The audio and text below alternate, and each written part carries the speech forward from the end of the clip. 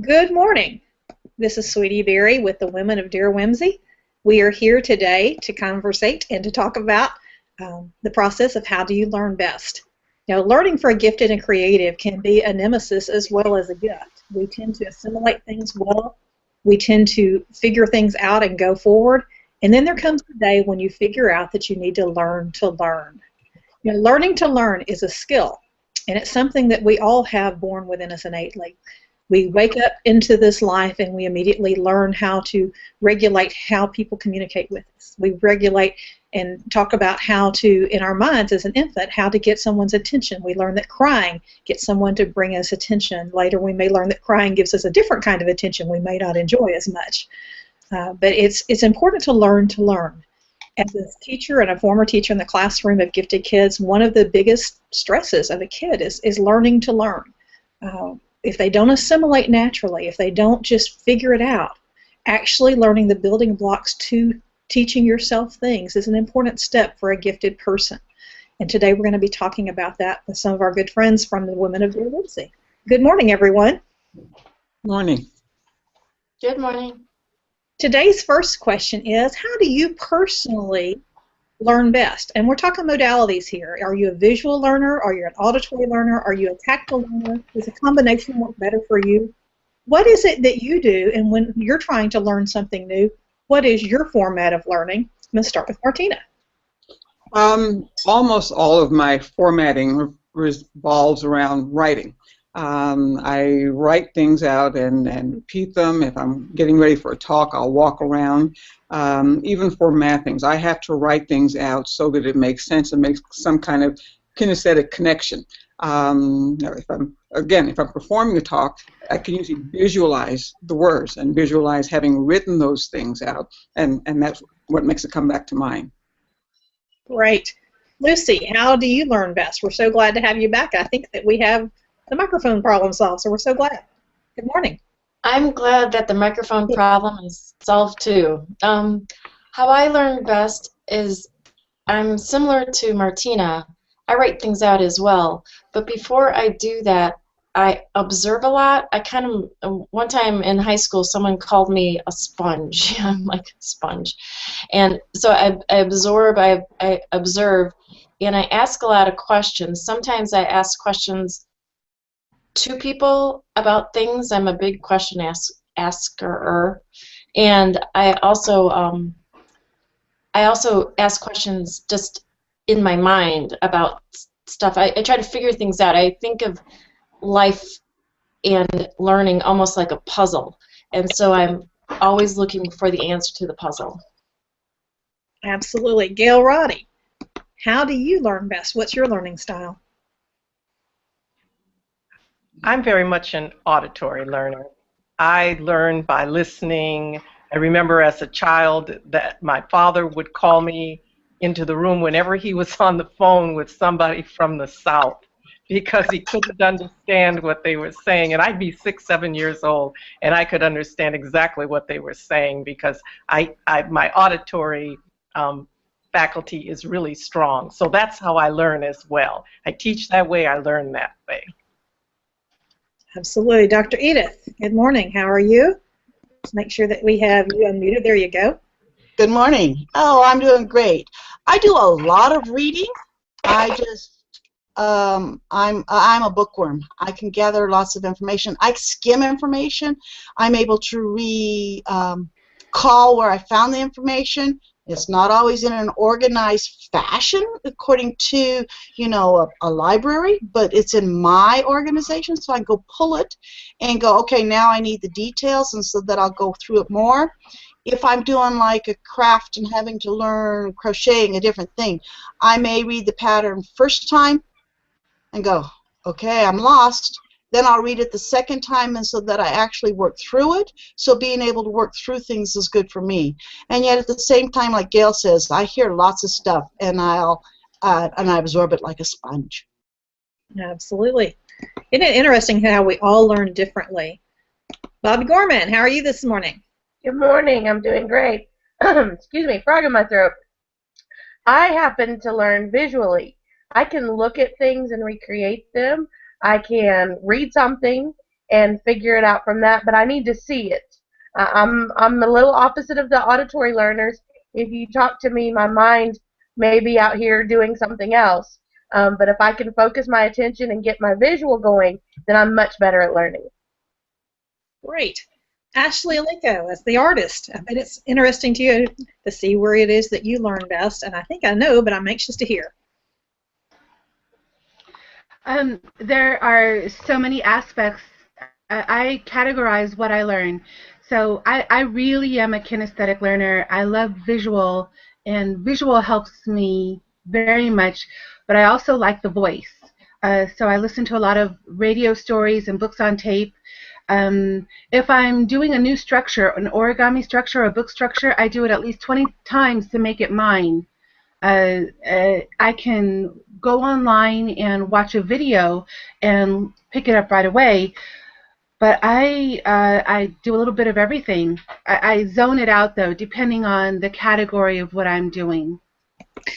And that's absolutely the perfect lead into our second part of the conversation. The first part we were talking about the styles of learning, the way that we learn best as far as visual, auditory, kinesthetic, or combination. The second part of this conversation is situational, because you know in a classroom you may need quiet, or you may need to have a sound in the background to kind of keep you in a lulled place in order to pay attention. Some people need movement around them to be able to go into that quiet place of learning. What is the situation? Because you know so many times people are frustrated because they can't learn something, but it may be the environment they're in, and just 5 minutes in a different environment would take them to a different place. I personally am a visual learner. I love to learn, but I'm a situational learner too. I'm a whole, W-H-O-L-E, whole to part learner. So I had to learn early on that if you gave me step by step by step, I was not successful very often unless I knew where the objective was going to go or what the outcome leading to it was the goal. So for me, a person who early on had visual issues, and as an adult I had a visual impairment. Visual was not my easiest thing to do anymore. I couldn't see it as well anymore. So I had to learn to do visually differently and to use different kinds of screens to see things. But also I became much more aware of situationally.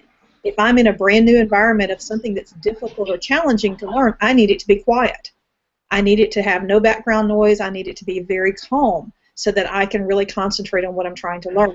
My daughter is exactly the opposite. She must have some kind of movement music in the background when things are stressful for her. If she has that movement music in the background, she goes into a calm learning place. So my question this time is a little bit differently. How do you see environments affect your learning, and when is it hard for you to learn, and when is it easy for you to learn? For me, it's easy for me to learn when things are wholed apart. When you tell me the objective you're seeking, and then show me the pieces you need done. Or if it's an action learning, where things are meant to be done in a certain order, I need to see the entire process, then I can go back and learn pieces of the process. I also know that for me personally, that if I am learning something completely out of my field of experience and understanding, I'm going to do better if I can read it first. If I can read it and look at pictures first and then enact it. But in general, if it's not visually connected, I do better if I can see it. If I can see it and touch it and be very tactile with it to figure out how it works and to take it apart and put it back together again and figure it out. How does your environment affect you, Dr. Martina? I learn very much the same way. Almost every hobby, everything that I try to learn, I have to know what the goal is, what the objective is. I have to gather as much information as I can. I have to see the objective, and I tend to gather all the tools. Whether it's bonsai or pottery, I have to have every tool in place before I start. Then I have to have quiet if it's something brand new to me. I sometimes have music in the background, but I usually find it's a distraction if it's something new. Lucy, how does environment affect your learning? Well, one thing that's exceedingly important is I have to be in a place of calm. And I'm not talking so much about external calm, but internal calm. Like if I'm, like this morning, my son, who got his driver's license yesterday, could not find his license today. So I'm running around the house trying to think like him. And like, where would he put his driver's license that he just got and he's all upset about? And So I knew I couldn't do much. I couldn't sit down and like read the Bible or read anything really until I was internally calm. Without that, I really can't learn much at all. Um, and but when I enter that calmness, quiet works well for me. Like Martina and like you, sweetie, it's very important that I know the target. Because if I don't know the target, then I don't know the steps to the target. And then it's really important to me to know the steps to the target. Either someone teaches that to me or I make it up as I go. And then what's very, very important to me too is practice. I got to practice it many times in order to learn it. That's so important, I think, to all of us is to know what the targets are. One of the things that I was very aware of, whether the classroom was elementary or college, was that gifted learners very often assimilate, and they go straight to the end of the target. They give you the answer. And that may be wonderful when it's 2 + 2 = 4, and you don't need to really understand the process of why two evens connected together create an even, which is a facilitated end that people who are gifted may not even think about when they say 2 + 2 = 4. That may not be the question. They may have thought the answer was, what is the solve, which is 4. However, as we get into more complex areas of our life and more complex and experienced and mastery levels of our thinking, each part has a specific reason in our learning. And so many times a gifted learner, particularly in the primary and elementary and junior high ages, doesn't have appreciation for those steps processes. And when they get past the simple complex concepts to the more complex mastery complex, man, can it mess you up if you've not taken time to learn how to do step by step, because you don't recognize the value of steps in between. So many of our habits are built this way. So many of the things we do in daily tasking are built this way. We may just say, gosh, clean your room to a little child, and they go and the room looks clean, and you look under their bed and everything that was in their room is now under their bed. They don't have the complex understanding that putting things in their place is more important than just clearing the room. And they don't understand that the next morning when they get ready for school and their school things are not in the place they go and their socks are not in the dirty clothes where they'll get laundered again, that things start falling apart. I'd love for you to think, as you think through the environments that you learn in and the life lessons you've had to learn about how to learn, what are some of the things that you've learned in the process during your environmental concepts?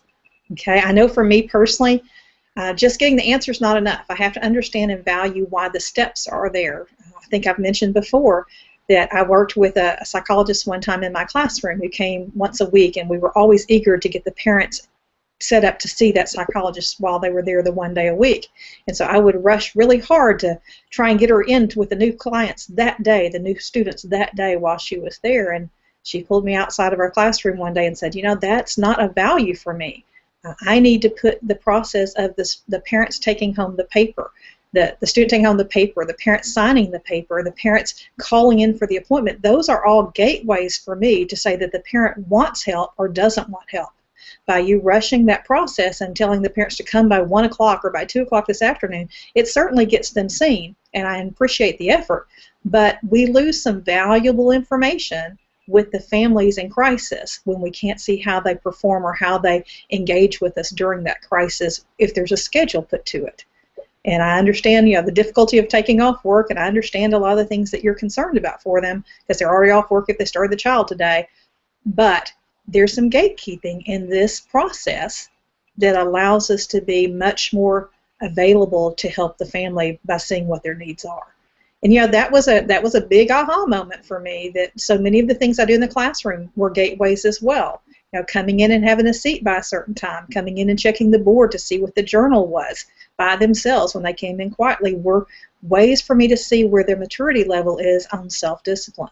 And there were ways for me to see if they were able to follow directions and if they were able to follow sequence directions. Not just come in the room, not just hang up your coat, but come in, hang up your coat, check the board, and begin your journal. Now, those are things we all do in our daily life as well. How does your environment set up for learning, and what have you learned in your environment? Gail, it's your turn.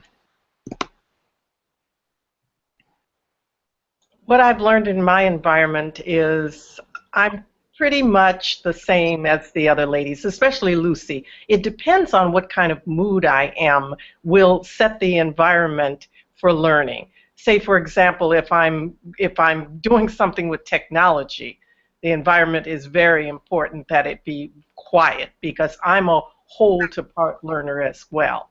But if I'm going to be knitting a sweater, I need to have all the tools there. I need to see what the end result is. And then the environment can be, there can be lots of things going on, and it won't bother me at all to be able to knit because I know what I'm doing. There's enjoyment in doing the step-by-step process. So there can be music, the TV can be on, and I can still zone in. If it's something to do with technology, boy, I have to have quiet because I have to focus on what I'm doing. So those are two different environments, depending on what it is that I'm trying to learn, what I'm engaging in learning. Well, that's it for me, too. The ease of experience matters greatly. Edith, what have you learned in your processing? Learning, for me, learning to learn was just have an awareness that not everything comes easy, and so that there can be a step in a process to be able to learn things that aren't quickly absorbed by the sponge. So I had to figure out, what is this process of learning? What are the steps to be able to learn? And like a lot of us have already said, the big picture, knowing where I'm headed, helps. But then to break it down and look at different options, different ways to be able to come to the solution and be able to think through that and look at those options. And that's a lot of cognitive stuff. If I'm learning physical stuff, then yeah, I need to accept the fact that I can fail, that I can fall down, I can hurt my nose, but I can get back up again and put my foot in front of me, and I can make it. And maybe I won't make it at the same pace as somebody else is doing it, but by golly, I figured it out, and I am doing it for me.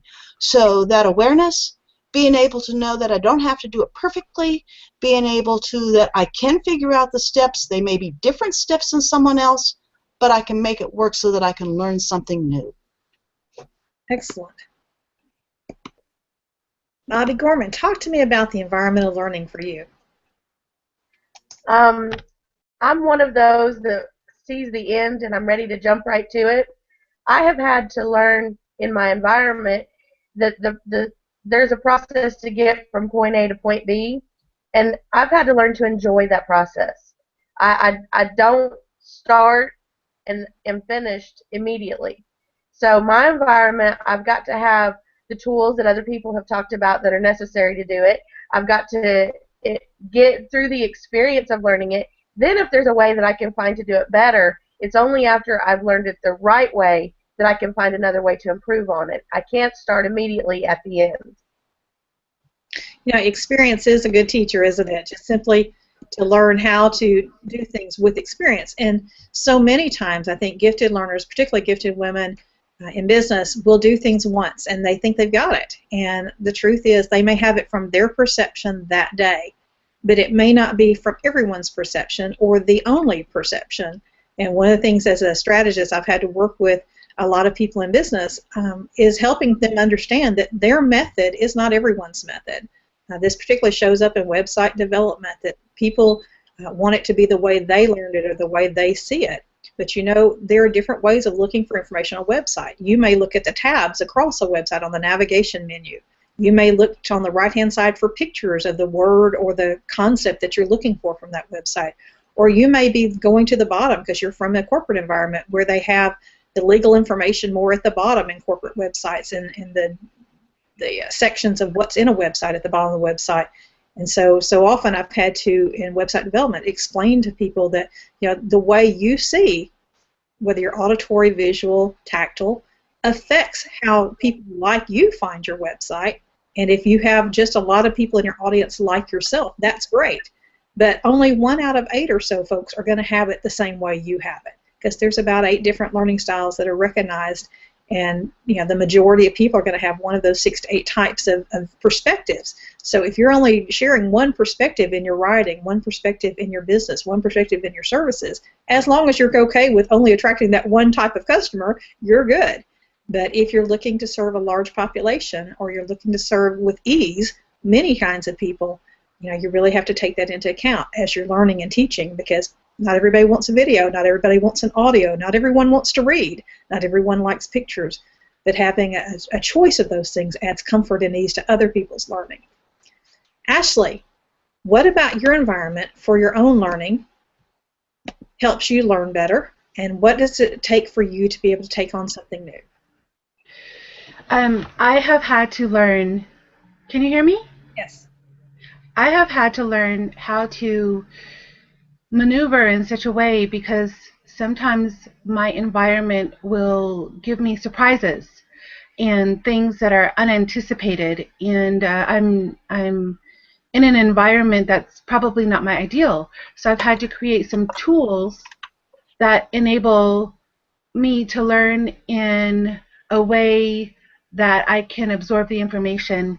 I love what you guys are talking about, that you need to see the final project. That gives me so much insight because I'm now at a place where I sift through what I want to learn, and it's like a catalog. And I go very quickly, yes, yes, no, no. And my energy is kind of limited because of the other psychic things that I have to deal with on a daily basis that pull me emotionally. So what am I going to engage in? And I look through and I see the objective and I'm like, yes, no, yes, no. And I can just go through very quickly. And if I see that I have a shortcoming, I will learn it in private, and I'll, like math.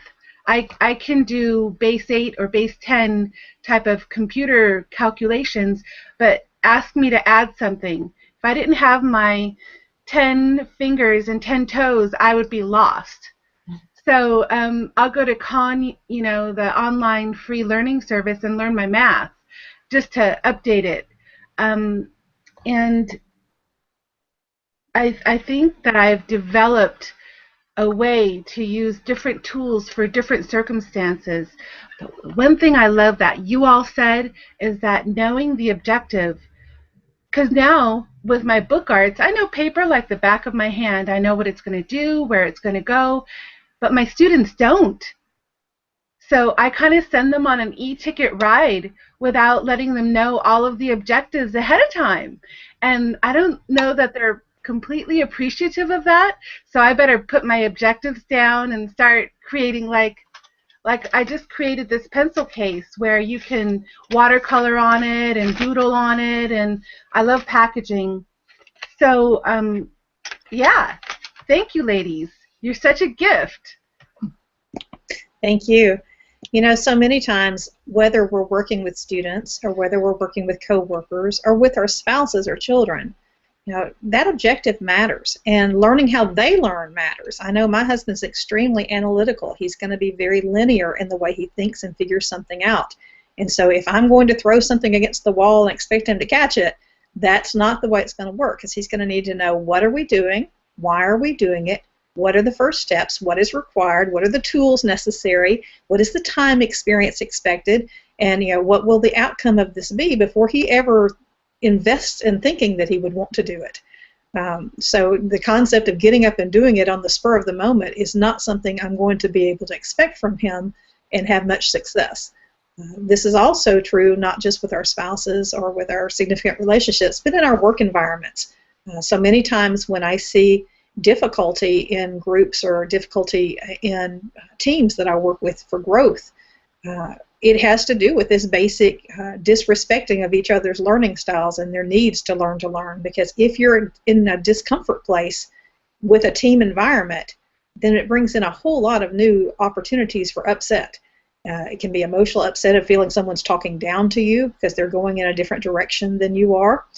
You can feel left out because they may know something that you don't know, and you don't perceive that they're caring that you don't know it, and they should know that by now, that you don't have awareness of that, and so you can take some assumptions that they do. Sometimes we get into situations where people feel like they're talked down to because we slow down and explain things that they already had grasped. I had that experience just about a week ago, that I went to a situation where there were 12 people in the room, and 2 of them were engineers. And so during the conversation, we started at what I call ground zero root level. I believe in teaching from roots to leaves. And so we started below where I thought everyone should begin so that everyone could start in the same place. And the engineers were really irritated by about step 4 because they have all this training to be engineers and understand.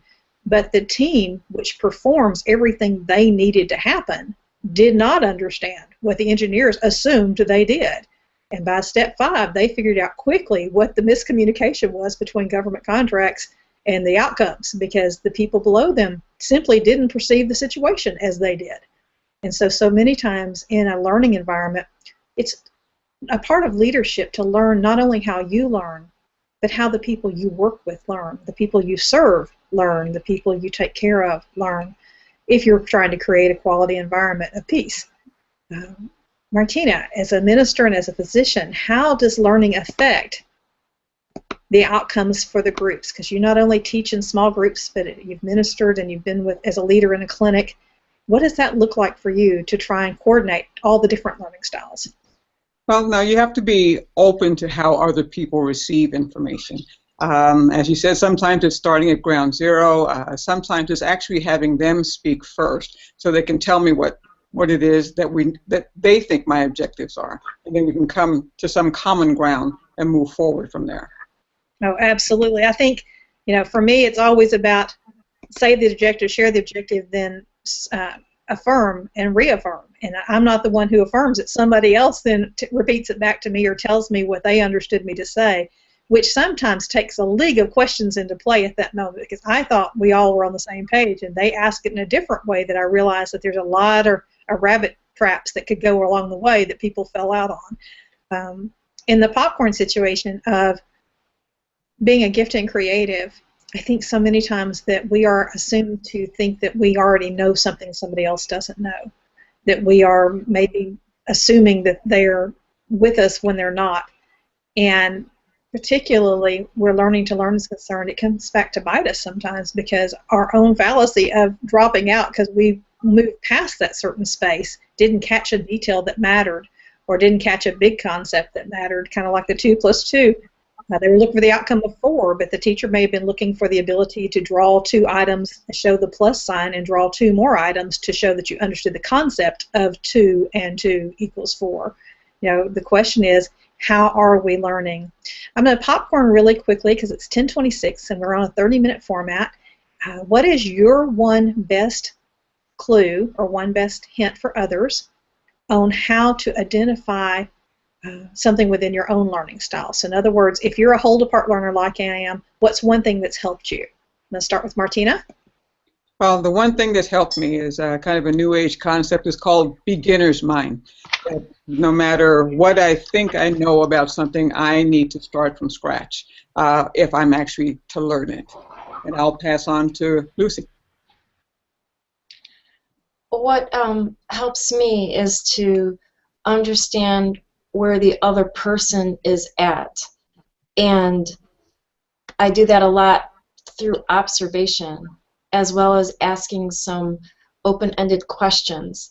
Because then, when I counsel people, as I understand where they're at, then I can help them learn, and I'm also obviously learning about them, like where they're at. So it's kind of like it goes around and around, and as things, as they learn more, then I learn more, and it goes on from there. Okay, Gail, you go, girl. Well, I was thinking, I work with teenage girls, and I love it, and they will very much tell you if you are not where they are, and so that helps to keep me understanding that they need to have an awareness that I may have forgotten about. Excellent. Edith? I'll pop it over to Bobby. Oops. Oh. Okay,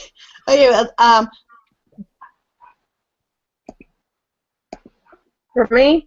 Yes. Go ahead, Edith. I'm sorry, Bobby. We were just popping That's through. okay. that's okay. One of the things is I like to look at where their perspective is, because like Lucy was saying, I also counsel, and so is what are the tools they've used, because if I can bring in and allow them to use a tool that they're accustomed to using, there's a better chance that they'll use it versus trying to introduce something new. So again, maybe reframing, reapplying, re-looking at something or some way that they usually learn or something like that really, really helps. Right. Now we're going Bobby? What I like to do when I'm teaching is I like to incorporate as much as I can, both the auditory, the visual, and the kinesthetic. I put as much of that into every part of teaching so that I can hit everybody's different learning style. Excellent. Ashley, Ashley? very little time left, so I'm sorry to push you, but I need to push to answer. Not at all. It's two-part. One, I ground myself through prayer. I have to say, I don't know what I'm doing here. Not necessarily those words, but give me guidance for everything that I do. And the second part is I touch things. I ground myself in the environment that I'm working in. I touch the ground, I touch the walls, I touch the chair, and that helps set up everything for success. That helps me create the big bowl of acceptance for anything I need to share with someone and allow them to accept it.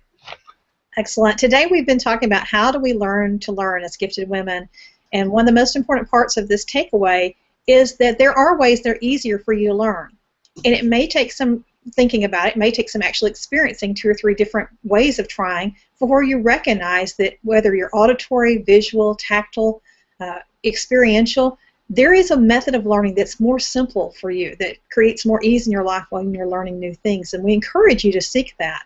This week on darewhimsy.com, Between Us Girls on the tab, there is a conversation going on for each of us about how we learn best and how those around us learn. And you won't probably resonate with all of us, but we're hoping with one of you, you'll find us that we're the same as you or somewhat the same, and we want to learn from you too. So during your comments and our ability to follow you home to your blog, be sure and comment. Each of the blogs on the central one have a follow me home option so that you can go home with that person to their website or blog to look at their products or their information or the rest of the story about how they learn and why learning is important in their world. We encourage you to really take on the concept of learning continually. We're built to learn, we enjoy learning, and it opens up your creative mind to take on new things to learn. So learning how to learn can be a very enjoyable part of your daily life, your weekly life, and your repetitive growing life. We hope you'll join us next Wednesday at 10 o'clock. The Women of Dare Whimsy will be with you here at Between Us Girls. Thank you for coming.